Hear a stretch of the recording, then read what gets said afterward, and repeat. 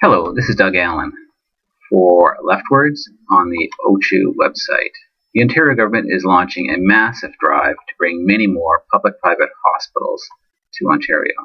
While this is getting little play in the election, it will have major consequences for Ontario.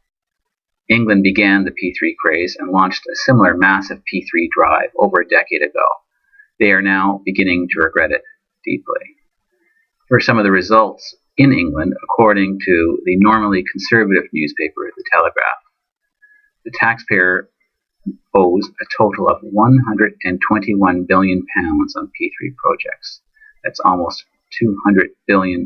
But these projects are worth only £52.9 billion, less than half. Next year's P3 bill alone will be £8.6 billion, over $12 billion. Young people starting work this year will pay taxes for the government's P3 projects until they are nearly 70 years old. In April, a scathing report by the National Audit Office found that each household will pay nearly £400 next year for hospitals, schools, and motorways. Private contractors, in contrast, who have P3 deals with the government are set to make billions of pounds in profit, with some due to see returns of up to 71%.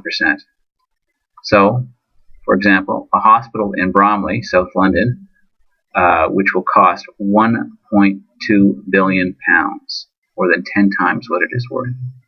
In Belfast, a school closed after 7 years, but the P3 contractors must be paid £370,000 per year for the next 16 years.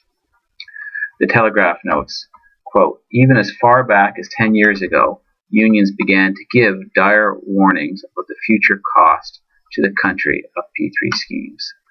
The same is true in Ontario. Trade unions have warned the Ontario government about P3s, and the government has received those warnings with the same indifference as the English government did 10 years ago.